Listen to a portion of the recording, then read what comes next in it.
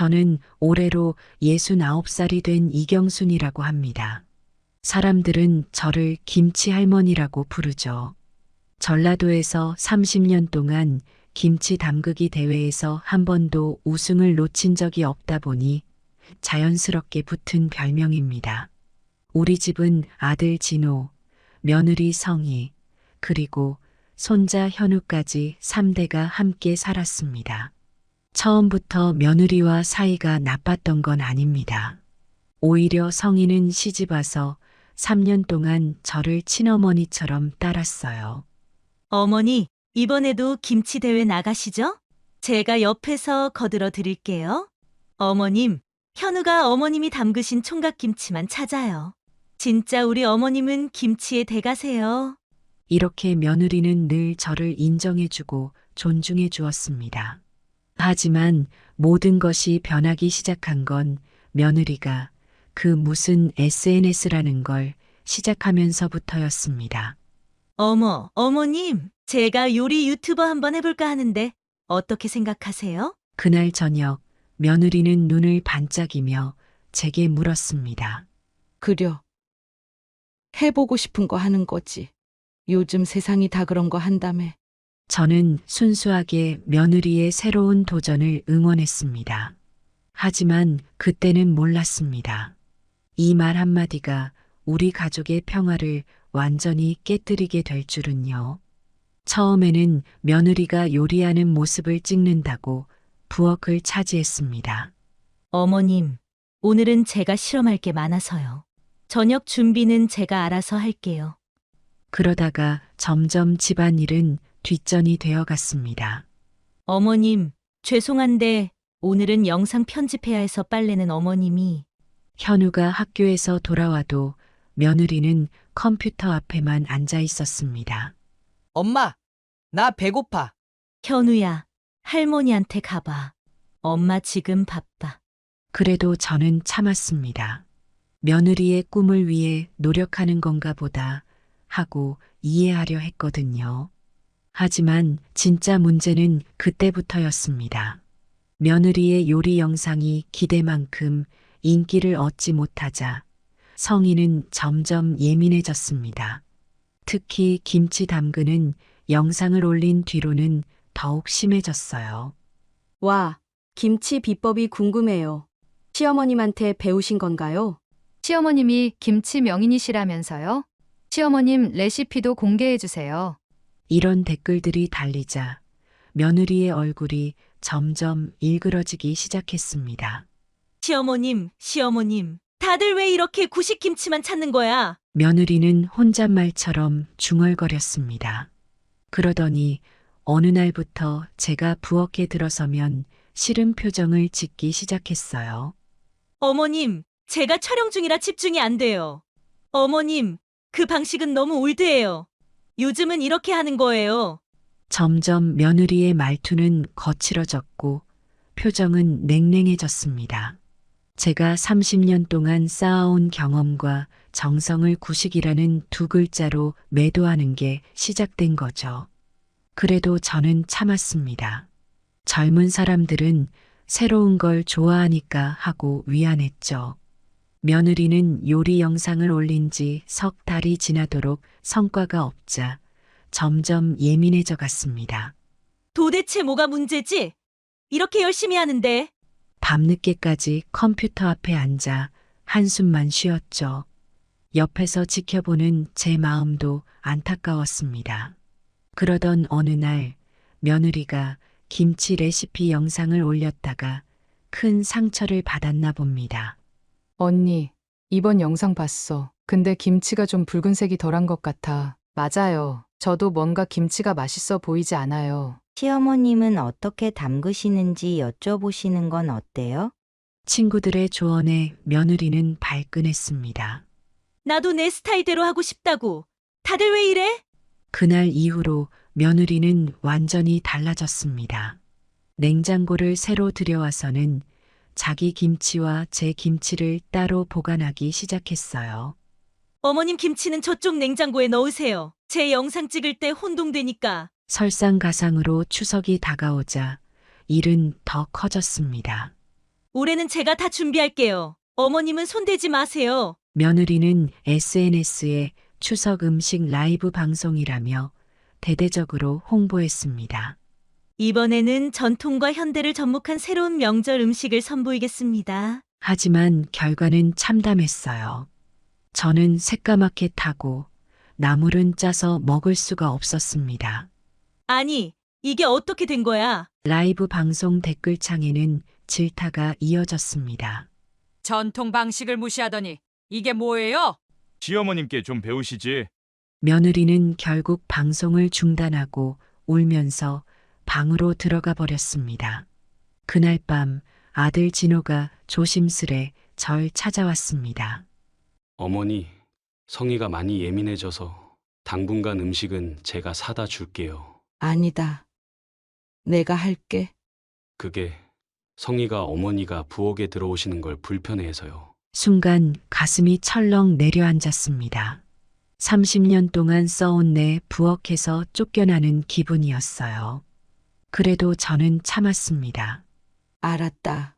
성이 힘들어할 때는 내가 좀 비켜 있을게. 하지만 그날 밤 이불 속에서 눈물이 흘렀습니다. 내 자존심은 어디에 두고 이렇게까지 물러나야 하나 하는 생각이 들었죠. 그리고 얼마 뒤 제 인생에서 가장 큰 결단을 내리게 만든 사건이 일어났습니다. 추석이 일주일 앞으로 다가왔습니다. 할머니, 이번에도 총각김치 담가주시죠? 손자 현우가 제 앞치마를 잡아당기며 조르는 통에 저는 새벽부터 김치를 담그기 시작했습니다. 그래. 우리 현우 좋아하는 총각김치부터 담가줄게. 평생 담가온 김치지만 이번엔 더욱 정성을 들였습니다. 양념 하나하나 매 순간 온 정성을 다했죠. 현우야, 이리 와봐. 할미가 비법 하나 알려줄게. 어떤 거예요, 할머니? 총각김치는 이렇게 해야 아삭한 맛이 오래가. 손자와 함께 하루 종일 김치를 담그며 행복한 시간을 보냈습니다. 총각김치, 배추김치, 갓김치까지 차례로 완성했죠. 할머니 김치가 최고예요. 현우가 김치를 맛보며 엄지를 치켜들었습니다. 그런데 다음 날 아침 믿을 수 없는 광경을 보게 됐습니다. 이게 무슨... 제가 정성 들여 담근 김치들이 쓰레기통에 처박혀 있었습니다. 어머님 김치는 너무 짜요. 도대체 이걸 어떻게 먹어요? 부엌에 들어서던 며느리가 쏘아붙였습니다. 그리고 이렇게 빨간 건 요즘 트렌드에 안 맞아요. SNS에서 다들 연한 분홍색 김치를 좋아한다고요. 저는 순간 숨이 멎는 것 같았습니다. 성희야. 그래도 그렇지. 이걸 다 버리면 어떡하니? 어머님, 제가 새로 담글 거예요. 제 방식대로요. 그러더니 며느리는 휴대폰을 꺼내 쓰레기통에 버려진 김치를 찍기 시작했습니다. 잠깐. 그건 찍지 말아라. 하지만 이미 늦었습니다. 며느리는 사진과 함께 글을 올렸습니다. 구식 김치는 이제 그만 새로운 레시피로 시작해요. 시어머님의 촌스러운 김치와는 안녕. 제가 새로운 트렌드의 김치를 선보이겠습니다. 30년 동안 한 번도 느껴보지 못한 모욕감이 밀려왔습니다. 30년 동안 내가 담근 김치를 쓰레기라고? 처음으로 제 목소리가 높아졌습니다. 그래, 맞아요. 쓰레기예요. 어머님은 아직도 옛날 방식만 고집하시잖아요. 며느리의 말에 제 눈앞이 캄캄해졌습니다. 내가 평생 담가온 김치가 쓰레기라고? 손이 부들부들 떨렸습니다. 그때 학교에서 돌아온 현우가 부엌으로 뛰어들어왔습니다. 할머니 김치 어디 있어요? 급식실 김치는 맛없어서. 현우의 말에 며느리가 버럭 소리를 질렀습니다. 현우야, 이제부터 엄마가 새로 담근 김치 먹을 거야. 알았지? 순간 현우의 눈에 눈물이 고였습니다. 싫어. 나는 할머니 김치가 좋단 말이야. 그 순간 제 마음속 무언가가 확 끊어지는 것을 느꼈습니다.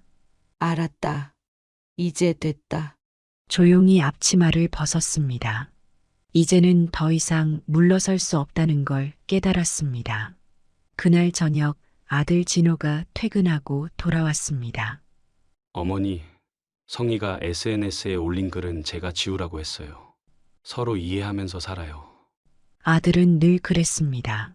누구 한 편도 들지 않고 중간에서 중재하려 했죠.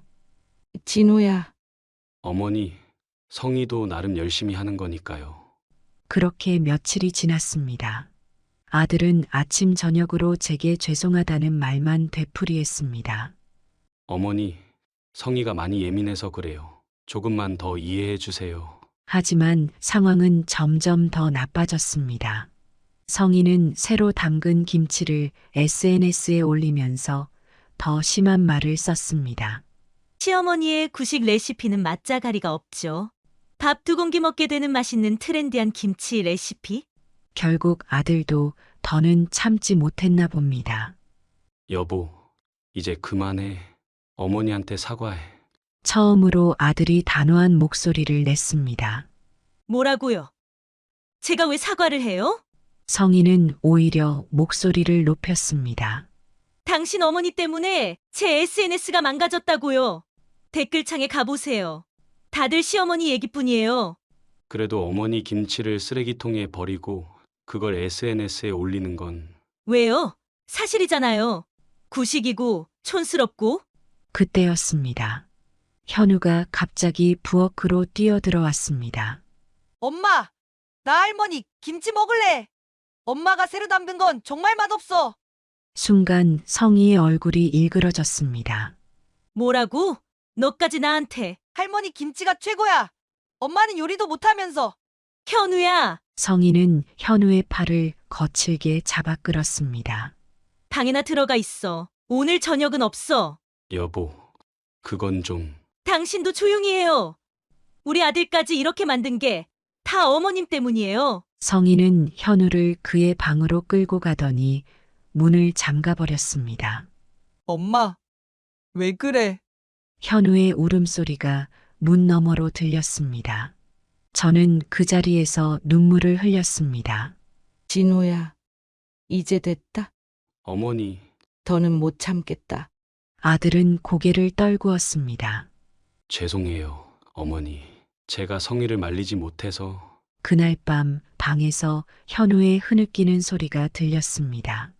옆방에서는 성희가 SNS 라이브 방송을 하는 소리가 들려왔습니다. 오늘은 제가 새롭게 개발한 퓨전 김치를 소개할게요. 총각김치 아니죠. 이름하여 처녀김치. 아들은 거실 소파에 앉아 한숨만 쉬었습니다. 그때 저는 결심했습니다. 이제는 제가 나서야 할 때라고, 더는 물러설 수 없다고. 침대 밑에서 통장을 꺼냈습니다. 30년 동안 김치 담그기 대회에서 받은 상금들이 그곳에 고스란히 있었죠. 이제 결단을 내려야 할 때구나. 창밖에는 달빛이 고요히 비치고 있었습니다. 새벽 4시, 저는 조용히 짐을 쌌습니다. 평생을 살아온 집이지만 가져갈 것은 많지 않았죠. 옷가지 몇 벌과 제 김치 담그기 도구들, 그리고 30년 동안 모아온 통장 하나. 짐을 싸면서 문득 서랍 깊숙이 넣어둔 상장들이 보였습니다. 전국 김치 명인 대회 대상, 전통 발효식품 경연 대회 금상, 향토 음식 보존 공로상. 한 장 한 장 넘기다가 마지막 상장을 보는 순간 눈물이 흘렀습니다. 할머니, 세상에서 제일 맛있는 김치를 만들어주셔서 감사합니다. 현우가. 손자가 5살 때 크레파스로 쓴 손글씨였습니다. 현우야, 미안하다. 짐을 다 싸고 나니 동이 트기 시작했습니다. 어제 이미 계약해둔 원룸의 열쇠를 만졌습니다.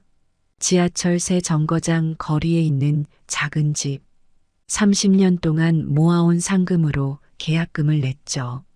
처음에는 성희를 고소하려고 변호사를 찾아갔었습니다. SNS에 올린 영상이 명백한 명예훼손이에요. 충분히 법적 대응이 가능합니다. 하지만 현우의 얼굴이 떠올랐습니다.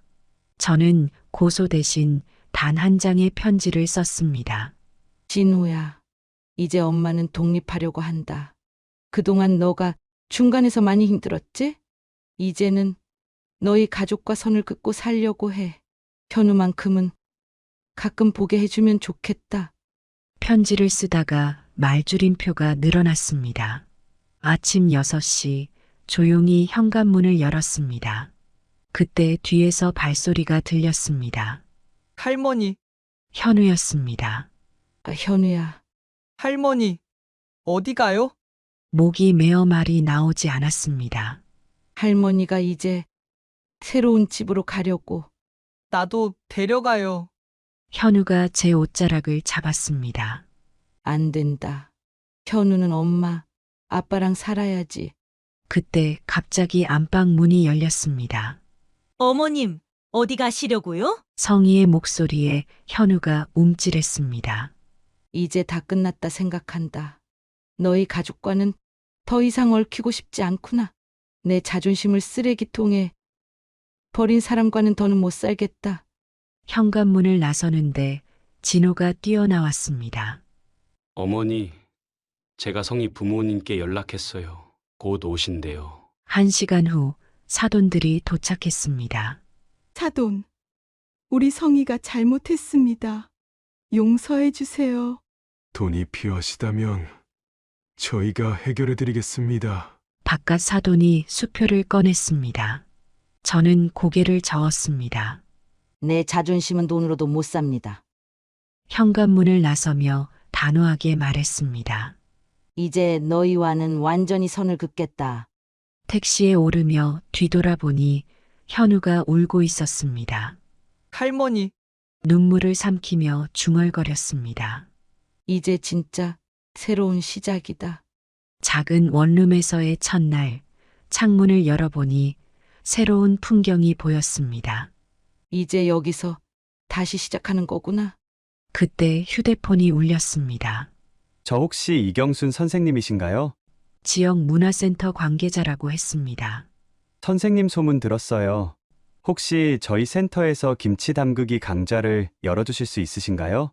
처음엔 망설였습니다. 제가 무슨... 부탁드립니다. 요즘 젊은 주부들이 김치 담그는 법을 배우고 싶어 해요. 결국 용기를 내어 시작했습니다.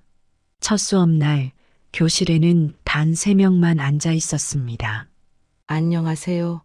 저는 이경순입니다.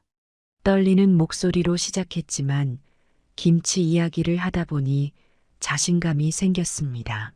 배추를 절 때는 소금물의 농도가 중요해요. 이렇게? 수업이 끝나고 시식 시간. 어머, 이런 맛은 처음이에요. 와, 선생님, 정말 대단하세요. 다음 주가 되자 수강생이 10명으로 늘었습니다. 언니, 여기서 하는 김치 수업 들어봤어? 그 할머니가 진짜 김치 명인이래. 한 달 만에 대기자가 100명을 넘었습니다. 특히 제가 담근 총각김치는 입소문이 나면서 주문 문의가 쏟아졌습니다. 선생님, 이거 판매하시면 안 될까요? 고민 끝에 소량만 판매하기로 했습니다. 지역 맘카페에서는 김치 할머니라는 애칭이 생겼습니다. 김치 할머니 총각김치 맛보셨어요? 품절되기 전에 빨리 예약하세요. 문화센터 관계자가 찾아왔습니다. 선생님, 강의실을 더 큰 곳으로 옮기면 어떨까요? 벌써 내년 수업 예약 문의가 밀려 들어와요. 반면 성희의 SNS는 폭풍우 속으로 빠져들었습니다. 시어머니 김치를 쓰레기통에 버렸다고요? 너무 하시네요. 김치 명인이신 시어머님을 이렇게 무시하다니. 과거 영상들이 재조명되면서 상황은 더욱 나빠졌습니다. 보세요. 여기서도 시어머님을 무시하는 발언을. 구독 취소합니다. 이런 며느리의 요리는 보고 싶지 않네요. 협찬받았던 주방용품 회사에서 연락이 왔습니다. 죄송하지만 계약을 중단하려고 합니다. 우리 회사 이미지에 악영향을 줄 것 같아서요. 구독자 수는 하루가 다르게 급감했습니다. 설상가상으로 새로운 의혹이 제기됐습니다. 이 레시피 3년 전 올라온 블로그 글과 똑같은데요? 자기가 개발했다더니 다 베낀 거였어? 성인은 결국 SNS 계정을 비공개로 돌렸습니다. 여보, 나 이제 어떡하지? 사람들이 자꾸 나한테 악플을 달아. 진호는 한숨만 쉬었습니다. 그러게 왜 어머니를 나도 몰랐어. 이렇게 될 줄은. 성인은 우울증 상담을 받기 시작했습니다. 매일 밤 악플을 보며 울었고 불면증에 시달렸습니다. 김치 할머니 아시나요? 어느 날 병원 대기실에서 들려온 이야기에 성인은 고개를 숙였습니다. 그분 김치가 얼마나 맛있는데 며느리가 쓰레기통에 버렸대요. 세상에, 어떻게 그럴 수가. 발걸음을 재촉해 병원을 나왔습니다. 거리의 가게 앞에 줄이 서 있었습니다. 오늘도 김치 할머니 총각김치 다 팔렸대. 아, 또 못 샀네. 성인은 그 자리에서 주저앉아 울었습니다. 내가 무슨 짓을 한 거지? 집으로 돌아와 보니 현우가 몰래 할머니 김치 사진을 보고 있었습니다. 현우야. 엄마, 나 할머니가 보고 싶어. 그 말에 성인은 아무 말도 하지 못했습니다. 자신의 오만과 실수가 모든 것을 망가뜨렸다는 걸 깨달았지만 이미 너무 늦어버린 후였습니다. 진호는 문화센터 앞에서 한참을 망설였습니다. 이경순 선생님의 전통 김치 담그기 교실. 강의실 앞에 걸린 팻말을 보며 가슴이 먹먹해졌다고 합니다. 그때 안에서 웃음소리가 들렸습니다. 선생님, 어떻게 이렇게 맛있는 김치를 담그시는 거예요? 비법이 뭐예요? 알려주세요. 살며시 문을 열어보니 저는 수강생들 사이에서 활짝 웃고 있었습니다. 김치는 정성이요. 배추 한 포기도 살피고 또 살펴야 한단다. 와, 선생님, 진짜 대단하세요. 이런 김치는 처음 먹어봐요. 수강생들의 눈빛에는 존경심이 가득했습니다. 진호는 뒷자리에 조용히 앉았습니다. 오늘은 갓김치를 담가 볼 텐데. 문득 제 눈에 아들이 보였습니다. 하지만 모른 척 수업을 이어갔죠. 갓을 절일 때는 이렇게? 2시간의 수업이 끝나고 수강생들이 하나 둘 돌아갔습니다.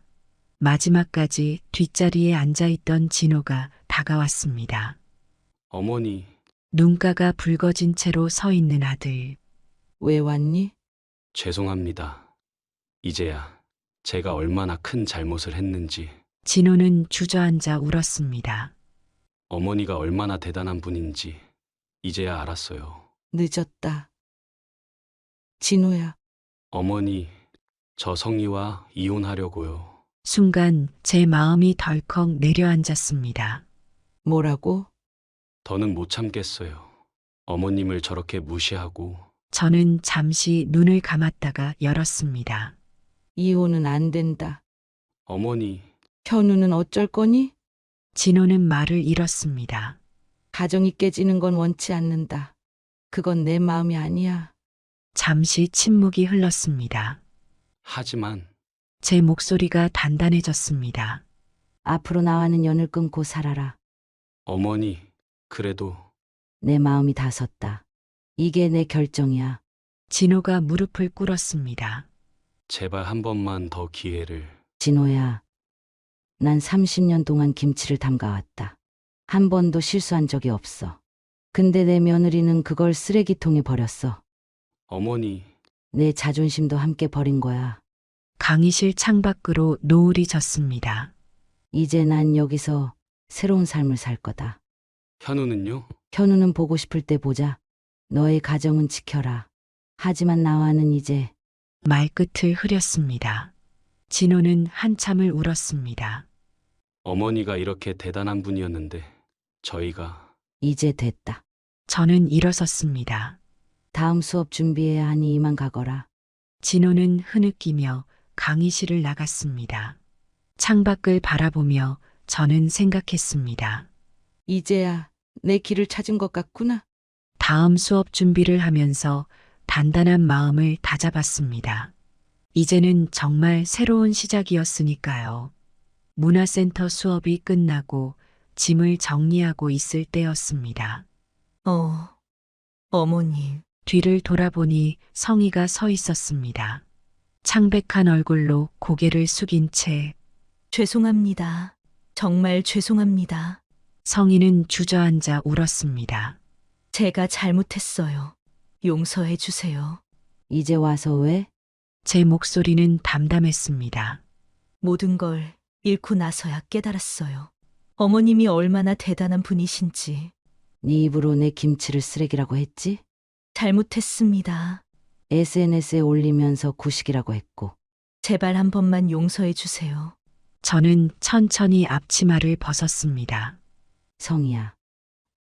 네. 난 30년 동안 한 번도 내 김치를 쓰레기라고 생각해 본 적이 없어. 어머님. 내 김치는 결코 쓰레기가 아니었다. 성희는 고개를 들지 못했습니다. 이제 각자의 길을 가는 게 맞다 싶구나. 그래도 가족인데. 가족이라고? 넌 내 자존심을 쓰레기통에 버렸어. 창밖에서 바람이 불어왔습니다. 하지만 잠시 침묵이 흘렀습니다. 현우는 보고 싶어 하더냐? 성희의 눈에서 눈물이 흘렀습니다. 매일 할머니 얘기를 해요. 그럼 현우만 주말마다 보내주렴. 네. 걔한테만큼은 김치 담그는 법을 가르쳐주고 싶어.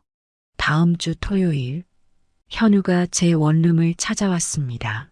할머니, 반가운 얼굴로 달려오는 손자를 보며 가슴이 뭉클했습니다. 우리 현우 왔나? 할머니 김치 담그는 거 가르쳐 주신다면서요? 그래. 오늘은 총각김치부터 시작해볼까? 작은 부엌에서 현우와 함께 김치를 담그기 시작했습니다. 자, 무는 이렇게 썰어야 해. 와, 할머니 칼질 진짜 대단해요. 이제 양념을 버무릴 건데. 할머니, 저도 나중에 할머니처럼 김치 잘 담그고 싶어요. 순간 눈시울이 붉어졌습니다. 그래. 우리 현우가 이어가면 되지. 문화센터에서는 제 강좌가 더욱 인기를 얻었습니다. 김치 할머니의 손맛 비법 전수, 30년 전통의 내림 김치, 대기자 명단은 200명을 넘어섰습니다. 어느 날 수업이 끝나고 한 수강생이 물었습니다. 선생님, 어떻게 이렇게 맛있는 김치를 담그세요? 저는 웃으며 대답했습니다. 정성이지. 내 김치는 결코 쓰레기가 아니었으니까. 작은 원룸 창가에 앉아 석양을 바라봅니다. 이제는 당당하게 말할 수 있습니다. 내 선택이 옳았다고, 새로운 시작이 두렵지 않다고. 창밖에서 단풍이 붉게 물들고 있습니다. 김치처럼 시간이 지날수록 더 깊은 맛이 우러나는 인생. 이제야 저는 진정한 제 자신을 찾은 것 같습니다. 배추를 절이고 양념을 버무리고 김치가 익어가는 과정은 마치 인생과도 같습니다. 처음엔 소금에 절여 씁쓸하고 아픈 시간을 견뎌내야 하지만 그 과정을 지나야만 비로소 맛있는 김치가 됩니다. 제 인생도 그랬나 봅니다. 쓰레기통에 버려진 김치처럼. 한때는 제 자존심도 그렇게 버려졌지만 오히려 그 순간이 제게는 새로운 발효의 시작이었습니다. 김치는 시간이 지날수록 깊은 맛이 우러나지요. 숨어있던 감칠맛이 조금씩 올라오고 처음에는 몰랐던 깊은 맛이 혀끝에 감돕니다. 제 인생도 이제야 본연의 맛이 우러나는 것 같습니다. 쓰디쓴 시간을 지나 비로소 찾은 제자리, 이제는 당당하게 말할 수 있습니다. 김치는 결코 시간이 지났다고 버릴 수 있는 게 아닙니다. 오히려 시간이 지날수록 더욱 귀한 맛이 되지요. 나이 든다는 것도 그런 게 아닐까요? 시간이 쌓일수록 더욱 깊어지는 연륜의 맛처럼 우리의 인생도 그렇게 익어가는 것이겠지요. 30년의 세월이 담긴 제 김치가 결코 쓰레기가 될 수 없었던 것처럼 우리의 인생도 결코 헛되지 않을 것입니다. 이제 저는 압니다. 김치처럼 차곡차곡 쌓아온 시간들이 결국에는 가장 빛나는 순간이 된다는 것을. 그래서 오늘도 김치를 담그며 생각합니다. 우리의 인생도 이렇게 맛있게 익어가고 있다고. 때로는 쓰고 때로는 맵지만 결국에는 가장 깊은 맛이 되어간다고. 안녕하세요, 여러분. 오늘은 제 인생에서 가장 힘들었던 시기에 대해 이야기해 드리려고 합니다. 제 이름은 김은섬이고 올해로 62세가 되었습니다. 저에게는 두 아들이 있는데 큰 아들 경찬이와 작은 아들 경수입니다. 두 아들 모두 이제는 어엿한 성인이 되어 직장에 다니고 있죠. 하지만 얼마 전까지만 해도 우리 가족은 큰 갈등을 겪었습니다. 그 이야기를 들려드리겠습니다. 작년 봄 경찬이가 저를 찾아왔습니다. 평소와 다른 진지한 표정으로 말을 꺼내더군요. 어머니, 제가 결혼을 하려고 합니다. 저는 깜짝 놀랐습니다. 아들의 결혼 소식에 기쁨도 잠시, 곧 뒤따라온 말에 당황했습니다. 그런데 어머니, 신혼집 마련이 걱정됩니다. 혹시 저희 집 좀 사주실 수 있으세요? 경찬이의 말에 저는 말문이 막혔습니다. 물론 아들의 결혼을 축하하고 싶었고 도와주고 싶은 마음이 굴뚝 같았습니다. 하지만 집을 사주는 것은 쉽게 결정할 수 있는 문제가 아니었죠. 경찬아, 어머니가 너 마음은 이해해. 하지만 집은 너의 힘으로 마련해야 해. 제 말에 경찬이의 표정이 어두워졌습니다. 왜요? 어머니, 우리 형편이 어렵지 않잖아요. 저 결혼하는데 이 정도는 해주실 수 있지 않나요? 저는 고개를 저었습니다. 아니다, 경찬아. 너 힘으로 집을 마련하는 게 더 값진 거야. 어머니 말을 이해해 주렴. 그날 이후로 경찬이와 저의 관계는 서먹해졌습니다. 아들은 제가 왜 도와주지 않는지 이해하지 못했고, 저 역시 제 마음을 제대로 설명하지 못했습니다. 경찬이는 그 후로 저를 피하기 시작했습니다. 주말에 집에 오는 횟수도 줄어들었고, 전화도 뜸해졌죠. 명절에 온 가족이 모였을 때도 어색한 분위기가 감돌았습니다. 어머니, 제가 무엇을 잘못했나요? 왜 저를 도와주지 않으시는 건가요? 경찬이의 눈빛에서 원망이 느껴졌습니다. 저는 마음이 아팠지만 제 결심을 꺾을 수 없었습니다. 그로부터 몇 달 후, 이번에는 작은 아들 경수가 찾아왔습니다. 어머니, 저도 이제 결혼할 나이가 됐잖아요. 여자친구도 생겼고요. 우리도 신혼집이 필요한데. 저는 한숨을 쉬었습니다. 또 이런 상황이 오다니. 경수야, 내가 경찬이한테 한 말 들었지? 너도 마찬가지야. 집은 너의 힘으로 마련해야 해.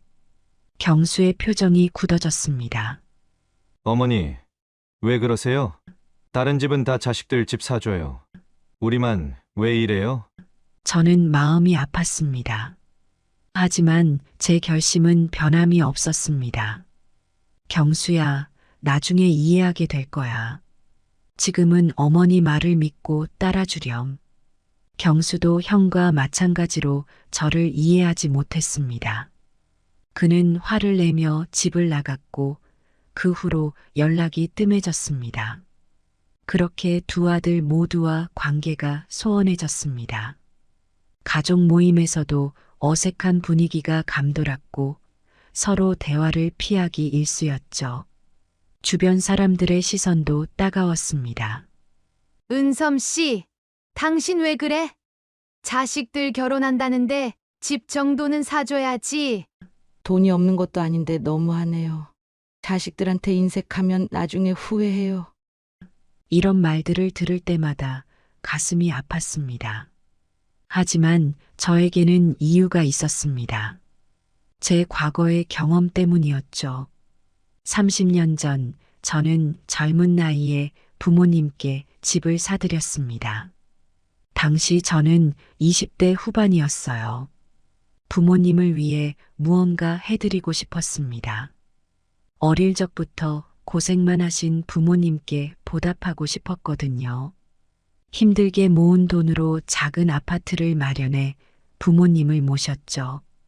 20평 남짓한 크기였지만 저에겐 세상을 다 가진 것 같은 기분이었습니다. 부모님의 기뻐하시는 모습을 보며 저도 덩달아 행복했습니다. 그때 저는 뿌듯했습니다. 이제 부모님 고생 안 하셔도 돼요.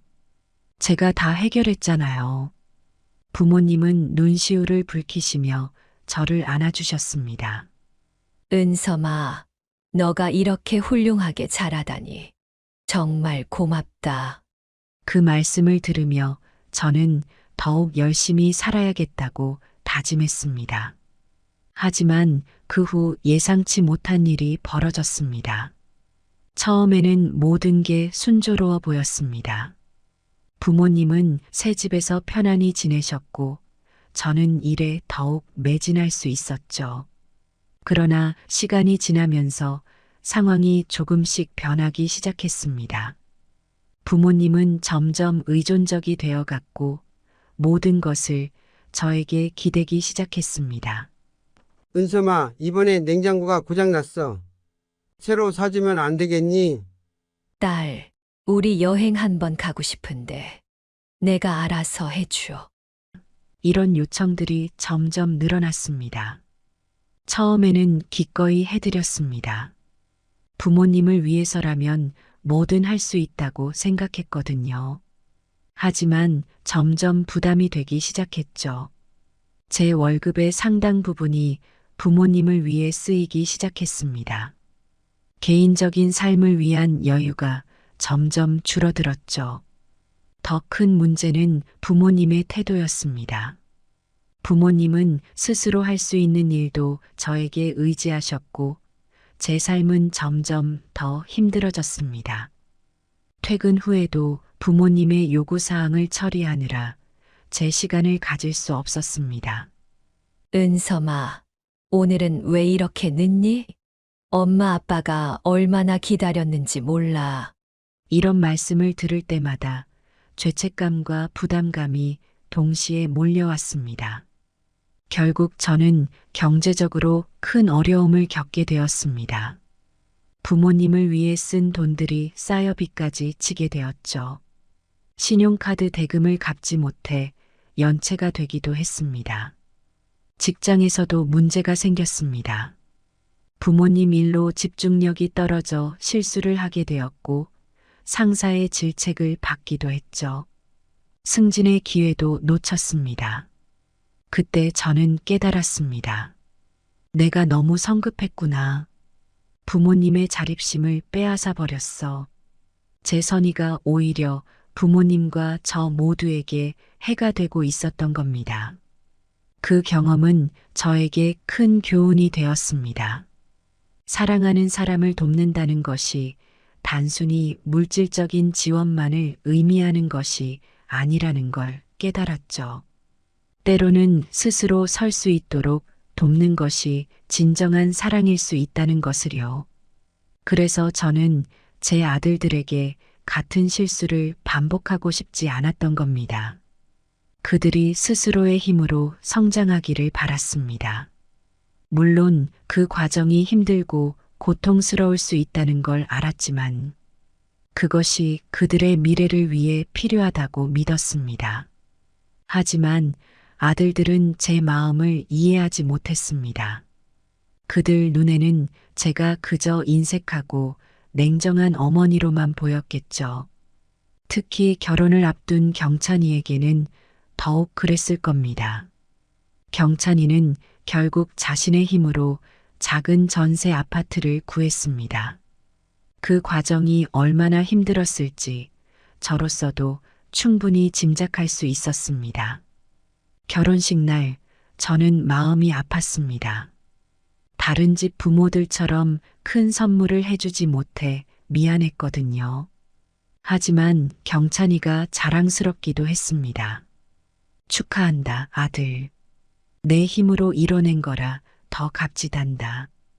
경찬이는 씁쓸한 미소를 지었습니다. 네, 어머니. 감사합니다.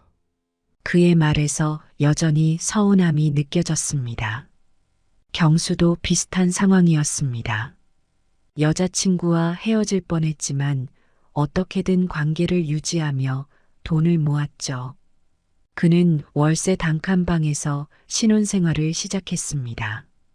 어머니, 저희가 알아서 할 테니 신경 쓰지 마세요. 경수의 말에 담긴 원망이 느껴졌습니다.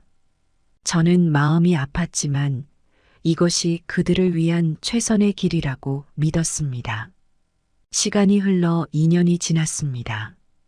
경찬이와 경수는 각자의 힘으로 작은 집을 마련했습니다. 물론 전세였지만 그래도 자신들의 노력으로 이뤄낸 결과였죠. 어느 날 경찬이가 저를 찾아왔습니다. 어머니, 제가 잘못 생각했어요.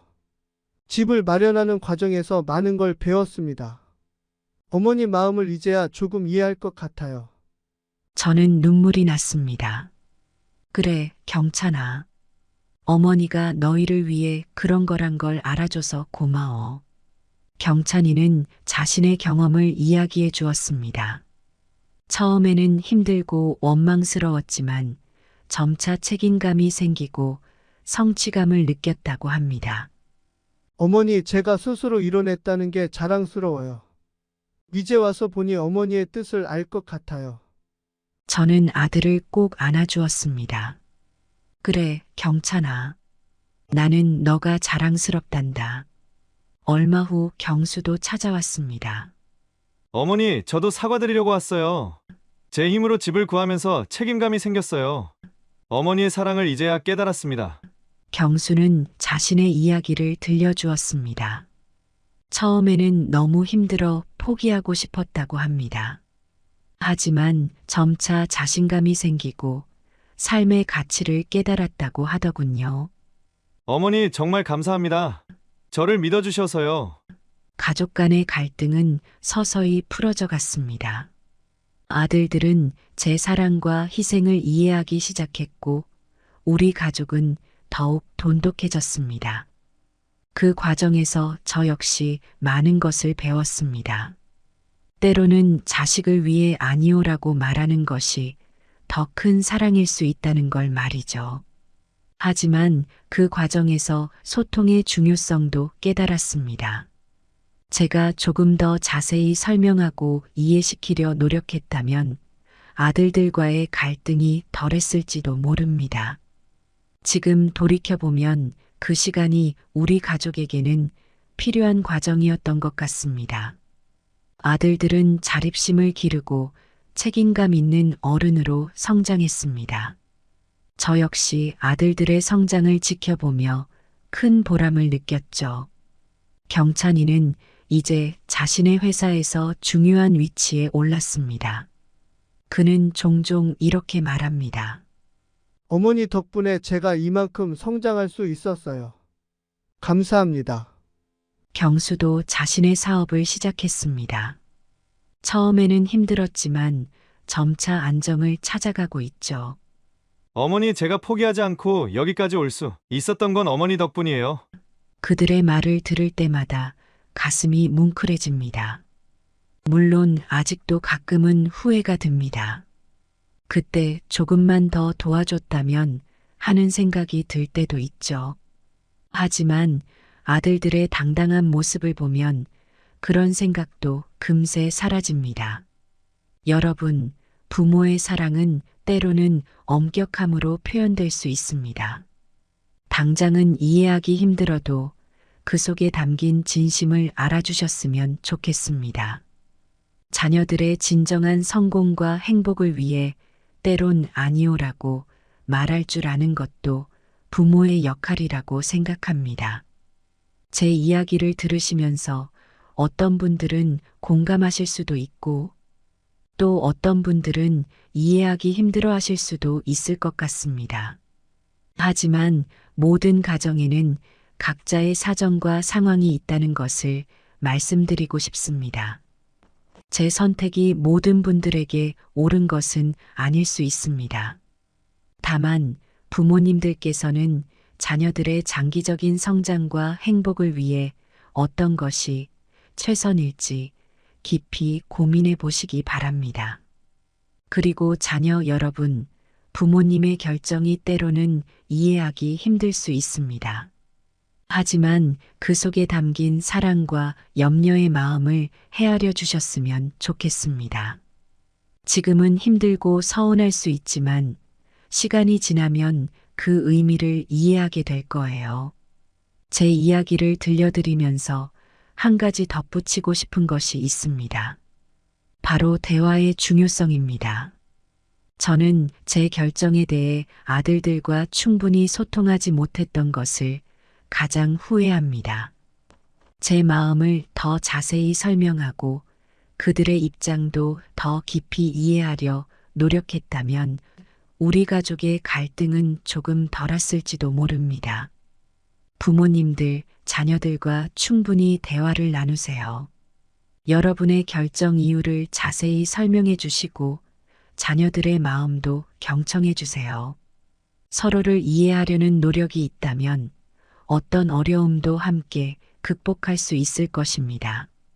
그리고 자녀 여러분, 부모님의 결정을 무조건 반대하기보다는 그 속에 담긴 의도를 이해하려 노력해 보세요. 여러분의 성장을 바라는 부모님의 마음을 느낄 수 있을 거예요. 제 아들들은 이제 자신들의 가정을 꾸렸습니다.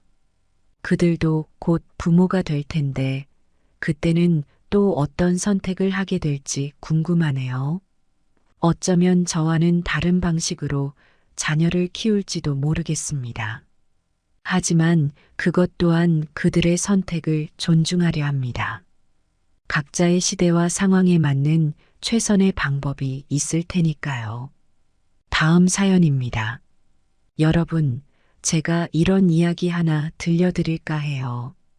제 이름은 박혜순이고 올해 67살입니다. 외동아들 동규와 며느리, 그리고 귀여운 손주와 함께 살고 있지요. 요즘 시장에 가면 오랜 친구들을 자주 만나요. 그럴 때마다 우리 가족 이야기를 하곤 합니다. 우리 며느리가 요리를 정말 잘해요. 어제는 김치찌개를 끓였는데 맛이 어찌나 좋던지 하면서 자랑을 하지요. 친구들은 저에게 말합니다. 혜수 씨는 복도 많지? 며느리랑 사이가 좋아 보여. 그럴 때마다 저는 웃음 짓습니다. 그럼요. 우리 가족이 최고예요. 가족과 함께하는 소소한 행복이 참 귀중하다는 걸 새삼 느끼곤 해요. 식사 시간에 모여 앉아 오늘 있었던 일들을 나누는 순간이 제겐 가장 행복한 시간이에요. 어제도 그랬어요.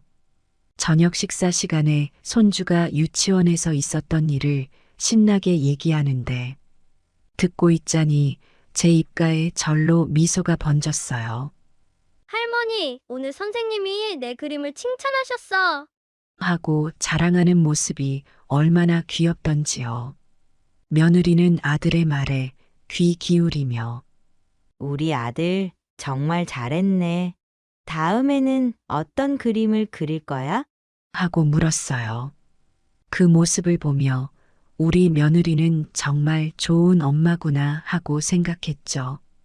동규는 회사에서 있었던 일을 이야기했어요. 오늘 새로운 프로젝트를 맡게 됐어요. 조금 부담되긴 하지만 열심히 해볼 생각이에요. 우리 아들 잘할 수 있을 거야. 엄마가 응원할게. 이렇게 하루의 일과를 나누는 시간이 우리 가족에겐 소중한 전통이 되었어요. 때로는 사소한 다툼도 있지만 이런 시간들이 있어 우리 가족이 더 끈끈해지는 것 같아요. 얼마 전에는 명절 준비를 하면서 며느리와 함께 송편을 빚었어요. 제가 어릴 적 배운 방법을 며느리에게 가르쳐 주었죠. 이렇게 반죽을 동그랗게 만들고 소를 넣은 다음 조심스럽게 접으면 돼. 며느리는 열심히 따라하면서 저에게 물었어요. 어머니, 저도 나중에 우리 아이에게 이렇게 가르쳐 줄 수 있겠죠? 그 말을 들으니 가슴이 뭉클해졌어요. 우리 가족의 전통이 이렇게 이어져 내려가는구나 싶어서요. 얼마 전 공원에 나갔다가 재미있는 일이 있었어요. 벤치에 앉아 있으니 옆 동네에 사시는 김할머니가 오시더라고요. 혜순 씨, 오랜만이에요. 요즘 어떻게 지내요? 잘 지내죠? 김할머니는 어떠세요? 요새 며느리 때문에 속상해 죽겠어. 왜 그러세요?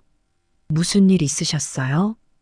며느리가 자꾸 시어머니 노릇하지 말라고 해요.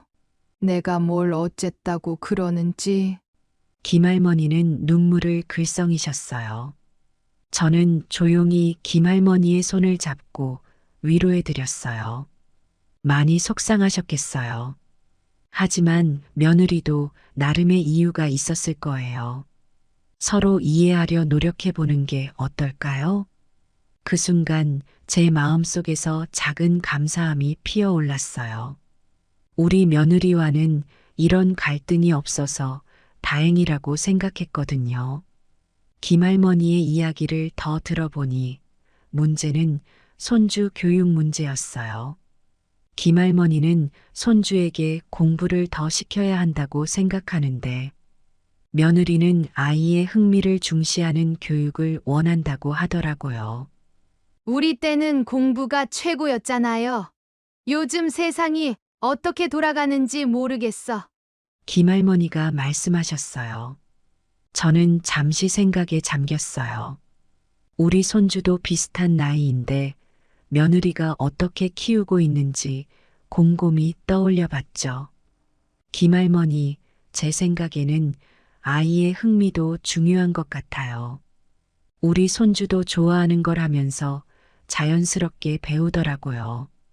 김할머니는 고개를 갸웃하셨어요. 그래요? 혜순 씨는 어떻게 하길래 며느리랑 잘 지내나요? 저는 잠시 생각하다 대답했어요. 글쎄요, 특별한 비결은 없어요.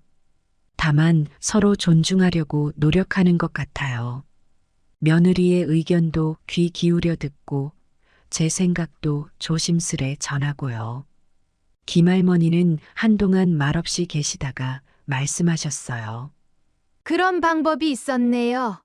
저도 한번 며느리 얘기를 들어볼게요. 우리는 그렇게 오랫동안 이야기를 나눴어요. 공원의 벤치에 앉아 따뜻한 봄 햇살을 받으며 서로의 고민을 나누고 위로하는 시간이었죠. 집으로 돌아오는 길에 생각했어요. 세상이 참 많이 변했구나. 하지만 서로 이해하고 존중하는 마음은 변하지 않아야 해. 그날 이후로 저는 며느리의 말에 더 귀 기울이게 되었어요. 때로는 제가 이해하기 어려운 말을 해도 곰곰이 생각해 보려고 노력했죠. 그러다 보니 며느리의 입장을 조금씩 이해하게 되더라고요. 세대 차이를 극복하는 건 쉽지 않지만 서로를 이해하려는 노력이 가장 중요하다는 걸 깨달았어요. 얼마 전에는 정말 기쁜 일이 있었어요. 우리 아들 동규가 회사에서 승진했다는 소식을 들었거든요. 어머, 우리 아들 정말 잘했네. 얼마나 기뻐했는지 몰라요. 그날 저녁 온 가족이 모여 축하 자리를 가졌어요. 제가 동규 좋아하는 갈비찜도 특별하게 준비했지요. 식사하는 도중에 며느리가 말했어요. 어머니, 아버님, 그리고 여보, 사실 제가 임신했어요. 그 말을 듣는 순간 저도 모르게 눈물이 났어요. 정말이니? 아이고, 우리 며느리. 그래, 하나보단 둘이 좋아. 6살 차이인가? 며느리를 꼭 안아줬어요. 그날 밤 잠자리에 들면서 생각했어요. 우리 가족이 이렇게 행복해지다니 정말 감사한 일이구나. 다음 날 아침 저는 일찍 일어나 시장에 갔어요. 며느리에게 좋은 음식을 해주고 싶어서였죠. 우리 며느리, 이제 둘이 먹어야 하니까 더 잘 먹어야 해. 좋은 재료들을 골랐어요. 집에 돌아와 보니 며느리가 부엌에 서 있더라고요. 어머니, 제가 도와드릴게요. 아이고, 괜찮아. 너는 몸 조심해야지. 저도 할 수 있어요, 어머니. 임신했다고 아픈 것도 아닌데. 순간 당황스러웠지만 며느리의 마음을 이해하려고 노력했어요. 그래, 너 말이 맞다. 같이 하자꾸나. 그렇게 우리는 함께 요리를 했어요. 며느리가 채소를 썰 때 저는 옆에서 국을 끓였어요. 어머니, 제가 태교로 좋은 음악을 들으려고 해요. 어머니께서 들으시던 좋은 노래 있으세요? 며느리가 물었어요. 저는 잠시 생각에 잠겼다가 대답했어요. 그래, 내가 너희 동규 가졌을 때 들었던 노래가 있어. 나중에 들려줄게. 그렇게 이야기를 나누다 보니 며느리와 더 가까워진 것 같았어요. 임신이라는 큰 변화 앞에서 우리는 서로를 더 이해하게 된 것 같았죠. 저녁에 동규가 퇴근하고 돌아왔을 때 우리는 함께 만든 음식을 차렸어요.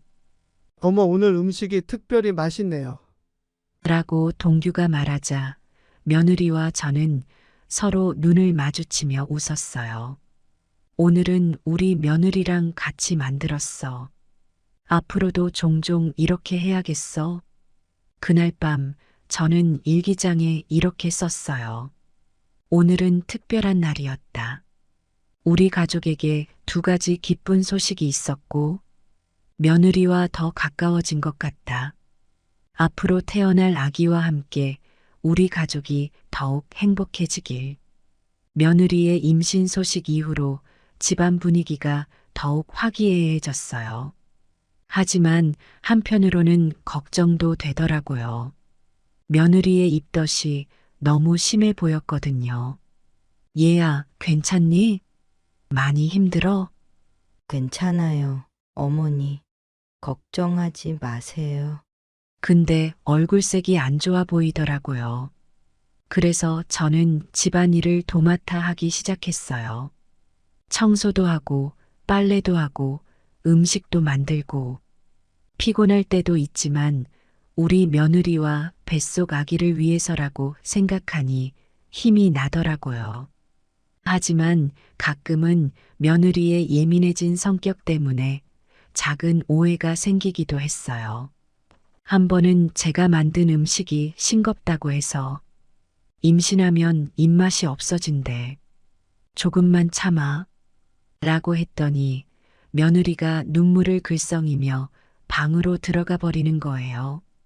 당황스러웠지만 임신 중에는 감정 기복이 심하다는 걸 알고 있었기에 이해하려고 노력했어요. 다음 날 며느리에게 조심스레 다가갔어요. 어제 내가 말실수를 했구나. 미안해. 하고 사과했더니 며느리도 아니에요, 어머니. 제가 너무 예민했어요. 하고 대답하더라고요. 그 일을 계기로 우리는 서로를 더 이해하려고 노력하게 됐어요. 며느리의 입덧을 덜어주기 위해 제가 할 수 있는 일들을 찾아보기 시작했죠. 인터넷도 찾아보고 친구들에게도 물어보고 그러다 알게 된 것이 신음식이 입덧에 도움이 된다는 거였어요. 그래서 매일 아침 신선한 레몬물을 만들어 며느리 방에 가져다 두었어요. 어머니, 제가 할 수 있어요. 하고 며느리가 말했지만 아니야, 이 정도는 내가 해야지. 너는 편하게 쉬어. 하고 대답했죠. 며느리는 처음에는 어색해하더니 점점 고마워하는 눈치였어요. 어머니, 덕분에 입덧이 좀 나아진 것 같아요. 하고 말하는 며느리를 보니 제 마음도 덩달아 기뻐졌어요. 하지만 여전히 힘든 날들도 있었어요.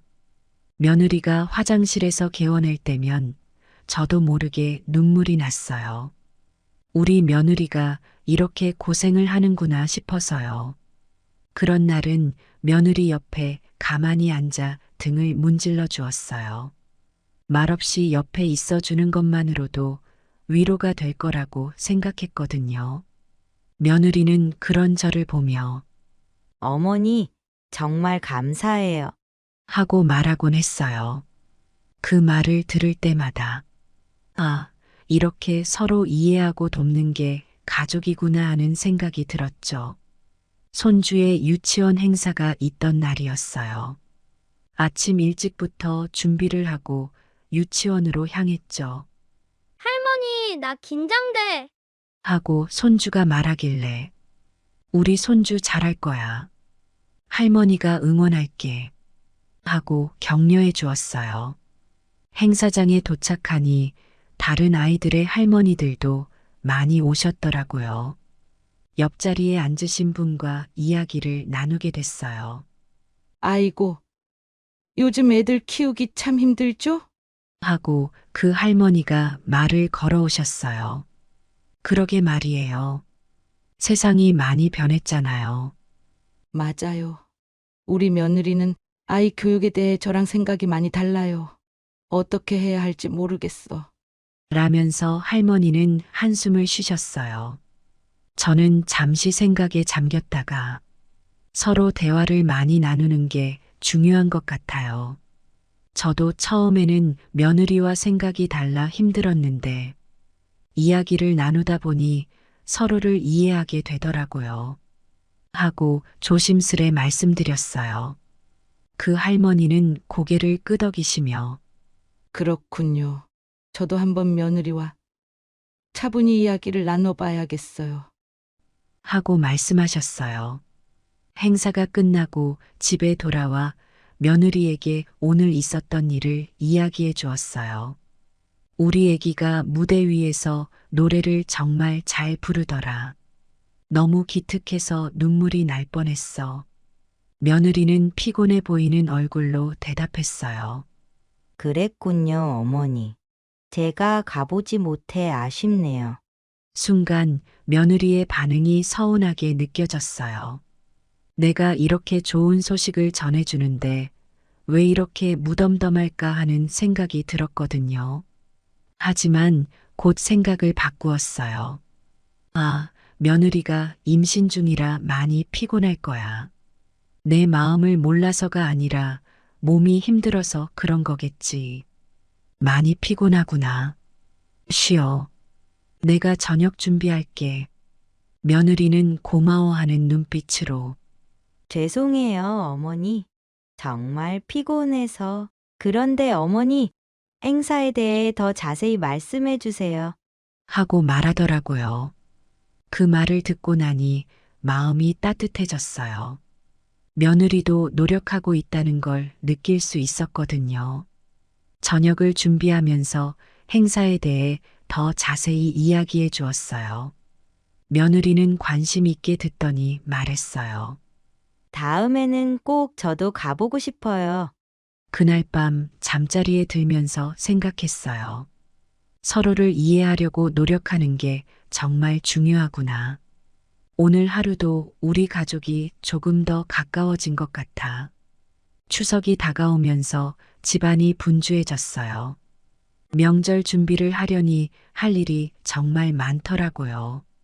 아침 일찍부터 일어나 장을 보고 음식을 준비하고 힘들긴 했지만 가족들이 맛있게 먹을 걸 생각하니 절로 힘이 나더라고요. 아가, 송편 만드는 거 도와줄 수 있겠니? 하고 물었어요. 며느리는 네, 어머니. 제가 돕겠습니다. 하고 대답했지만 얼굴에 피곤한 기색이 역력했어요. 송편을 빚으면서 이야기를 나눴어요. 작년에는 우리가 송편을 참 예쁘게 빚었지. 올해는 어떻게 만들까? 하고 물었죠. 며느리는 잠시 생각하더니 어머니, 사실 제가 좀 피곤해서 오늘은 조금만 하고 쉬어도 될까요? 하고 말하는 거예요. 순간 서운한 마음이 들었어요. 명절 준비가 다 같이 해야 하는 건데 하는 생각이 들었거든요. 그래서 저도 모르게 요즘 며느리들은 책임감이 없구나. 우리 때는 이렇게 안 했는데 하고 말해버렸어요. 그 말을 듣자마자 며느리의 표정이 굳어지는 게 보였어요. 어머니, 저도 열심히 하고 있어요. 그런데 왜 그렇게 말씀하세요? 하고 말하더니 갑자기 일어나 방으로 들어가 버리는 거예요. 순간 당황스러웠어요.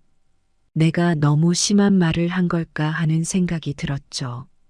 얼마 후 며느리가 짐을 싸서 나오는 모습이 보였어요.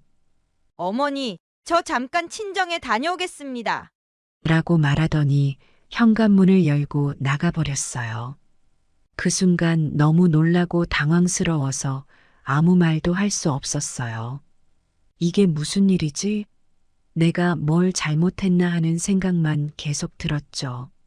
아들 동규가 퇴근하고 돌아왔을 때 저는 며느리가 나간 일을 이야기했어요. 엄마, 왜 그렇게 말씀하셨어요? 임신 중이라 많이 힘들 텐데. 라고 동규가 말하는 거예요. 그 말을 듣고 보니 제가 잘못했다는 생각이 들었어요.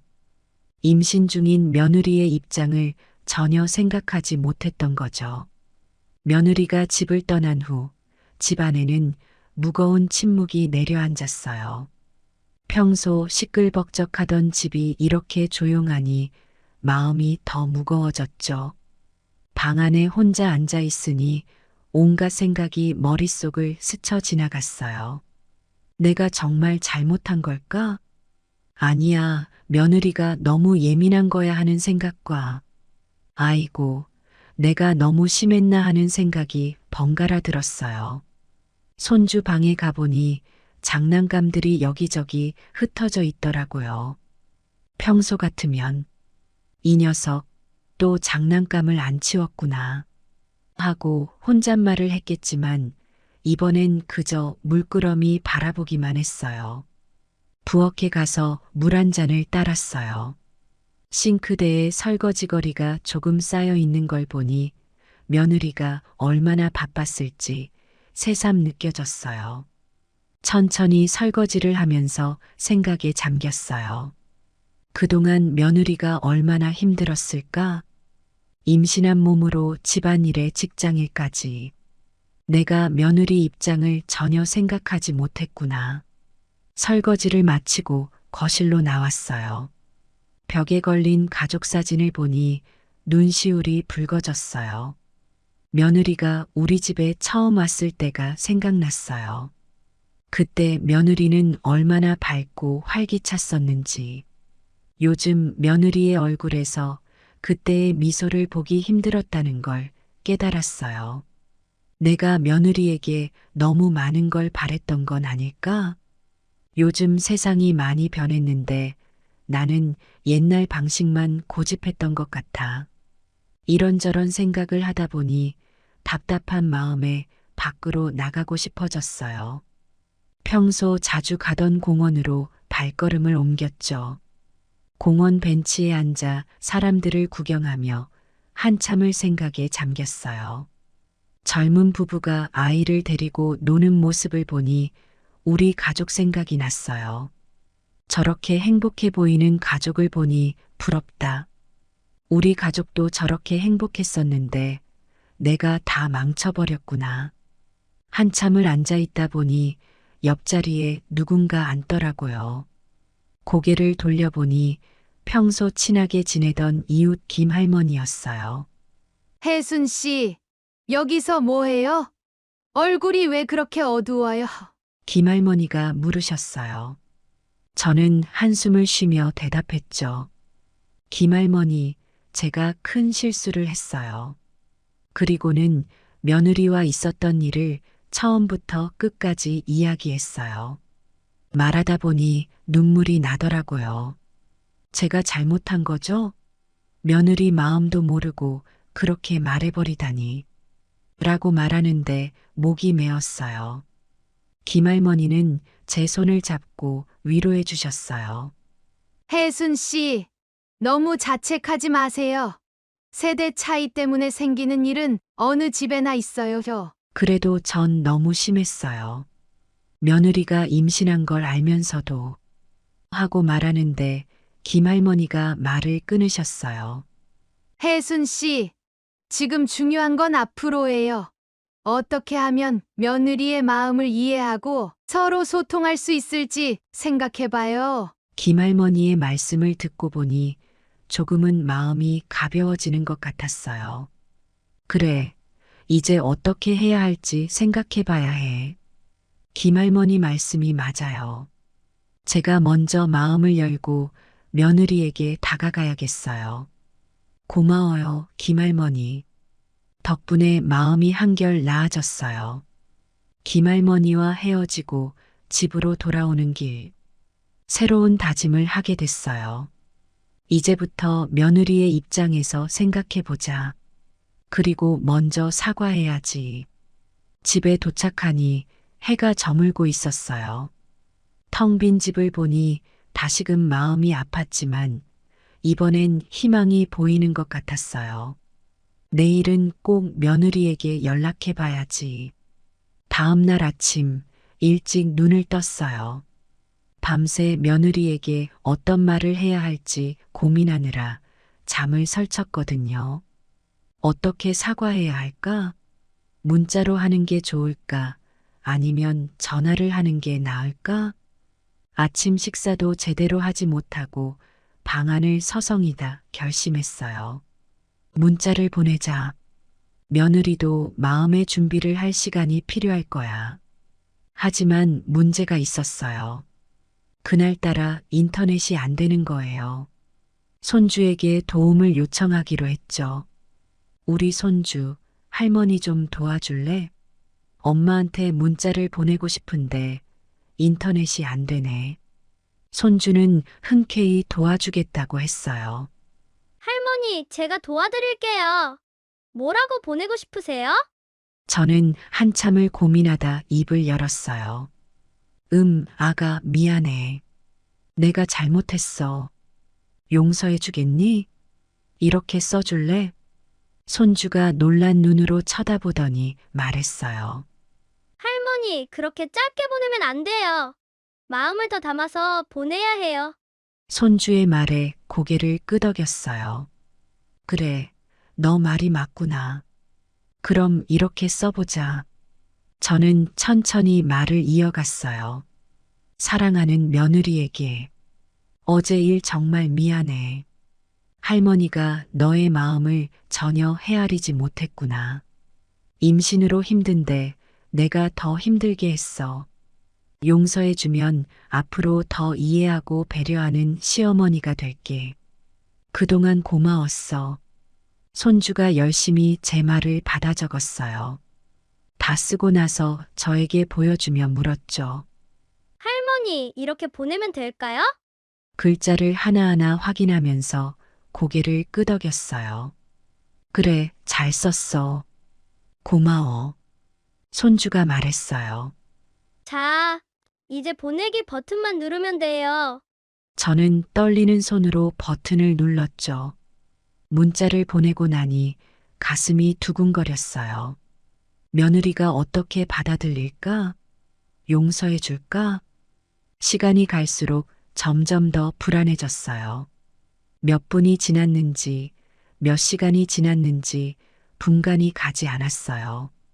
자꾸만 휴대폰을 들여다보게 됐어요. 답장이 왔나 확인하는데 아무 소식이 없었죠. 혹시 문자가 잘못 갔나? 아니면 며느리가 내 번호를 차단했나? 불안한 마음에 손주를 다시 불렀어요. 얘야, 문자가 잘 갔는지 확인해 줄래? 손주는 대답했어요. 네, 할머니. 잘 갔어요. 엄마가 아직 답장을 안 한 것뿐이에요. 시간이 점점 더 늦어져 가는데 아무런 답장이 오지 않았어요. 점심시간이 지나고 저녁이 다가오는데도 여전히 소식이 없었죠. 며느리가 정말 화가 많이 났나 봐. 나를 용서하지 않으려나. 마음이 점점 더 무거워졌어요. 집 안 곳곳을 서성이며 휴대폰만 바라보고 있었죠. 그때 갑자기 휴대폰에서 소리가 났어요. 황급히 확인해 보니 며느리에게서 온 답장이었어요. 떨리는 손으로 문자를 열었어요. 하지만 그날따라 제 눈이 침침해서 글자가 잘 보이지 않았죠. 다시 손주를 불러 부탁했어요. 얘야, 할머니 눈이 잘 안 보여. 엄마가 뭐라고 썼는지 읽어줄래? 손주가 휴대폰을 받아들고 천천히 읽기 시작했어요. 어머니, 저도 많이 생각했어요. 제가 너무 예민하게 굴었던 것 같아요. 어머니의 마음을 이해합니다. 저도 죄송해요. 내일 집에 돌아가겠습니다. 그때 뵙고 이야기 나눠요. 며느리의 답장을 듣는 순간 눈물이 왈칵 쏟아졌어요. 아, 다행이야. 며느리가 이해해줬구나. 안도의 한숨을 쉬며 손주를 꼭 안아주었어요. 고마워, 정말 고마워. 그날 밤 오랜만에 편안한 마음으로 잠자리에 들 수 있었어요.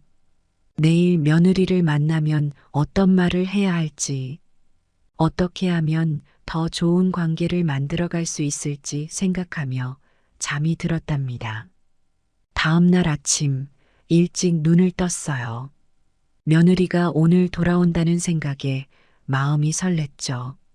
며느리가 좋아하는 음식을 준비해야겠어. 서둘러 일어나 시장에 갔어요. 며느리가 좋아하는 고등어와 미역, 그리고 임신 중인 며느리에게 좋은 과일들을 샀죠. 집에 돌아와 부엌에 서니 긴장이 되더라고요. 오랜만에 하는 요리라 잘할 수 있을까? 하지만 며느리를 위한 마음을 담아 정성껏 음식을 준비했어요. 고등어는 며느리가 좋아하는 대로 매콤하게 졸여냈고, 미역국은 임신 중인 며느리에게 좋을 것 같아 넉넉히 끓였죠. 음식을 준비하면서 계속 시계만 보게 됐어요. 며느리가 언제 올까? 무슨 말부터 해야 하지? 그렇게 초조하게 기다리고 있을 때 현관문 열리는 소리가 들렸어요. 가슴이 쿵쾅거렸죠. 어머니, 저 왔어요. 며느리의 목소리를 듣자마자 눈물이 났어요. 부엌에서 나와 현관으로 달려갔죠. 아가, 말을 잇지 못하고 그대로 며느리를 안았어요. 며느리도 저를 꼭 안아주었죠. 어머니, 죄송해요. 제가 너무 성급하게 행동했어요. 저는 고개를 저었어요. 아니야. 내가 미안해. 너의 마음을 전혀 헤아리지 못했어. 우리는 한동안 그렇게 서로 아는 채로 있었어요. 눈물을 흘리며 서로의 마음을 느꼈죠. 잠시 후 저는 며느리의 손을 잡고 거실로 안내했어요. 앉아봐.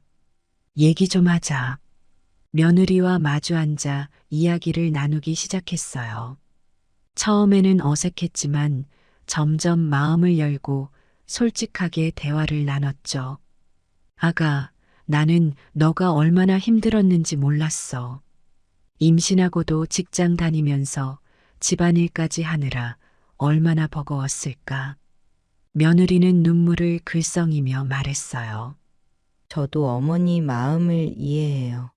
어머니도 가족을 위해 늘 애쓰시는데 제가 너무 예민하게 굴었어요. 서로의 마음을 이해하게 되니 그동안의 오해가 풀리는 것 같았어요. 우리는 앞으로 어떻게 하면 더 좋은 관계를 만들어갈 수 있을지 이야기를 나눴죠. 앞으로는 서로 힘든 점이 있으면 바로바로 이야기하자. 그리고 서로의 입장에서 생각해보는 시간을 가지자. 며느리도 동의했어요. 네, 어머니. 저도 그렇게 하겠습니다. 그리고 어머니, 제가 도움이 필요할 때 솔직히 말씀드릴게요. 이야기를 나누다 보니 배가 고프다는 걸 느꼈어요. 아가, 내가 너 좋아하는 음식 준비했어.